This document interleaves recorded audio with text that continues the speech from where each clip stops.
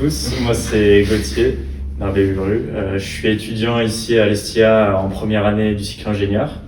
Et donc j'étais avant dans une prépa PT au lycée Louis Lachenal.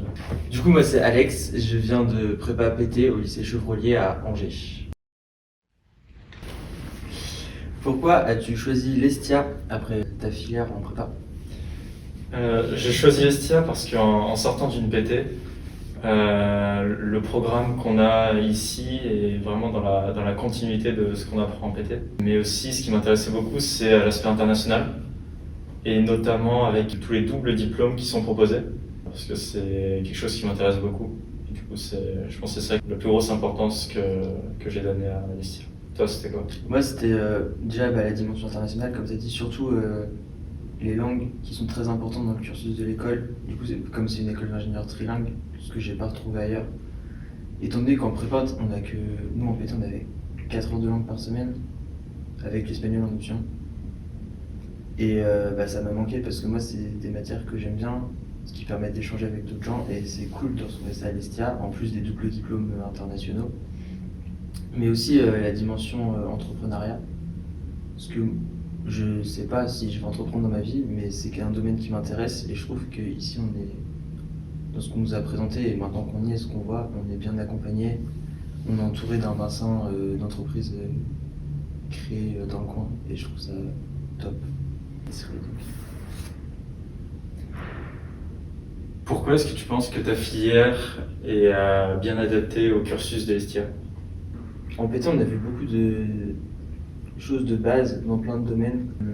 Par exemple, en SI, on a beaucoup vu de conception, comment faire de la méca, et on le retrouve à l'Estia, mais comme l'Estia en plus c'est généraliste, ça permet aussi d'approfondir d'autres domaines qu'on a plus survolés. Et c'est cool. Et ça correspond, ça fait la suite. Il y a pas dans aucune matière, il y a un énorme écart. Enfin, pour l'instant, ça fait 3 mois qu'on est là, et dans aucune matière, il y a eu un gap impressionnant par rapport à ce qu'on avait en prépa. Par rapport aux différents projets qu'on a, que ce soit associatif ou dans l'école, je trouve que les connaissances qu'on a eues en PT, notamment sur de la conception, c'est quelque chose qu'on a peut-être en avance par rapport à d'autres filières, et du coup où on peut mettre nos connaissances en œuvre plus rapidement et s'épanouir mieux sur les projets qu'on a. As-tu des peurs, des a priori en arrivant à l'Estia par rapport à ta vie d'avant avec ta prépa, ton ancienne vie? Il y a une peur qui peut être commune un peu à toute personne qui change d'endroit où on vit. C'est est-ce qu'on va retrouver plein de potes, tout ça, mais avec tout le cadre qu'on a ici, la vie associative, tout ce qui est mis en place pour notre intégration aussi. C'est quelque chose qui, en globalité quand même, qui nous a permis de connaître un peu tout le monde, et du coup au final la vie ici se passe bien.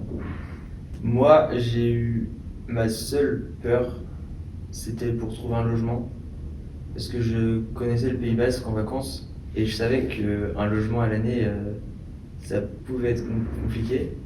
Mais en fait, après, j'ai vu qu'avec sur le site de l'école, tu sais, on avait toutes les données pour trouver un logement.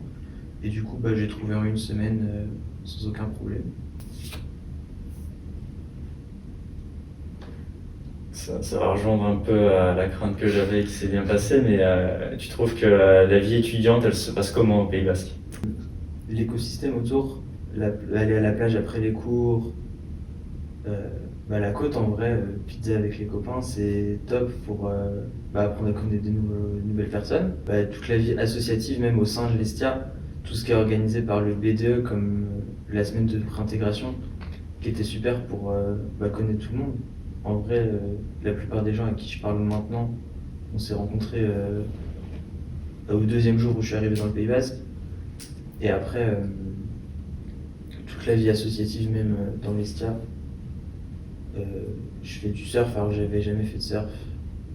Enfin, tout ça, c'est trop bien pour se faire des potes et tout ça.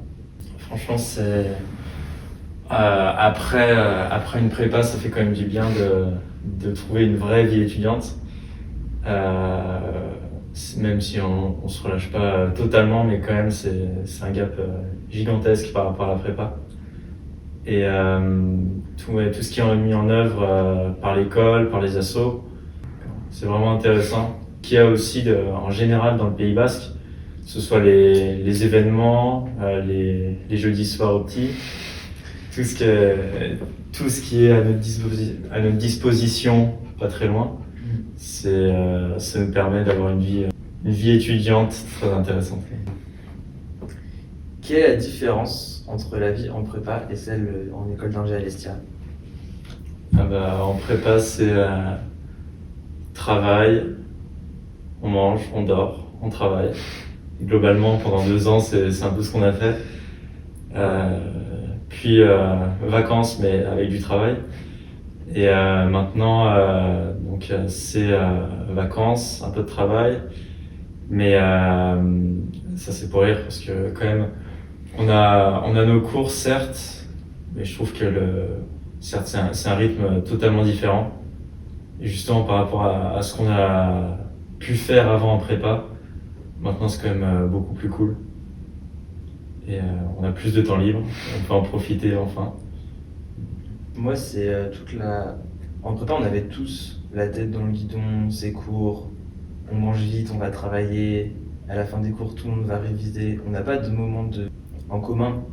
On n'a pas de travaux de groupe en prépa. On est, à part parfois les TP, mais ça compte pas vraiment parce qu'à la fin, il faut que chacun sache faire. Du coup, en école d'ingénieur, on retrouve ce travail collectif plus que l'idée d'avoir le concours où du coup on est tous concurrents plus ou moins. En école d'ingé, c'est pas ça. On est tous ensemble à vouloir réussir et il n'y a plus de concurrence parce qu'on est tous dans l'école, c'est bon. On a beaucoup de travaux en groupe aussi. Et ça, c'est sympa. Et même pour réviser, l'école, elle est ouverte le soir. On peut demander à avoir des salles ouvertes, même le week-end si on veut réviser. Pour travailler en groupe, c'est super du coup, parce qu'on a tous plus ou moins des petits apparts. Et en plus, on va avoir pas mal de projets concrets au fil de nos études, peut-être pour ponctuer nos semestres, qui ressemblent plus à la vie d'ingénieur que juste à faire des calculs dans le vide. Après, on va avoir, mais aussi on a déjà. Parce que comme moi, je suis sur le Dassault UAV Challenge, qui est un concours de drone autonome. Et donc, on y participe avec l'association Estia Aero. Du coup, c'est un vrai projet de conception, de design et de construction aussi donc sur un drone autonome. Et c'est donc ce qui se rapproche vraiment de notre métier d'ingénieur après, parce que c'est bosser sur une technologie du futur qui existe déjà maintenant, mais chercher à l'améliorer et à pouvoir réaliser différentes missions. Est-ce que tu as un conseil pour les PT actuels? Oui, de ne pas hésiter à contacter les écoles. Les étudiants en particulier ils répondent vachement vite, que ce soit chercher sur les réseaux sociaux, Instagram, Estia, que ce soit le BDE ou même il y a des comptes quand Estia admissible ou même le compte officiel de l'Estia, je crois. Et quand on voit un message, ils sont super réactifs et ils indiquent bien. Et je sais que ça a aidé des gens. Et pas hésiter, même si vous connaissez des gens, à les contacter sur Insta. Ce que j'avais fait moi pour réconforter un peu mon envie de venir ici à l'Estia, c'était de contacter directement, comme tu as dit, un élève qui est présent ici. Et moi, je cherchais quelqu'un qui avait fait PT avant pour qu'on ait la même base de formation et que je puisse avoir des infos plus concrètes sur quelle est la vie d'un PT après à l'Estia.